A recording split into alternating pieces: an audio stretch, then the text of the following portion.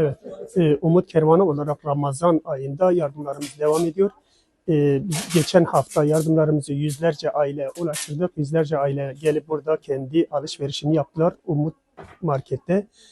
İnşallah ikinci dağıtımımızı yapıyoruz.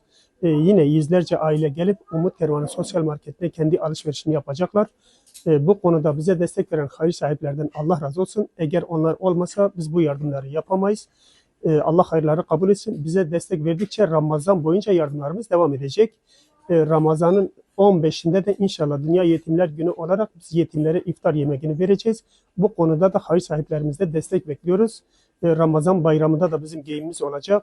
Bu konuda da bize destek verirlerse biz inşallah yüzlerce yetimi de giydireceğiz. Bayram sevinci onlara yaşatacağız. Herkesten Allah razı olsun. Allah hayırlarını kabul etsin inşallah.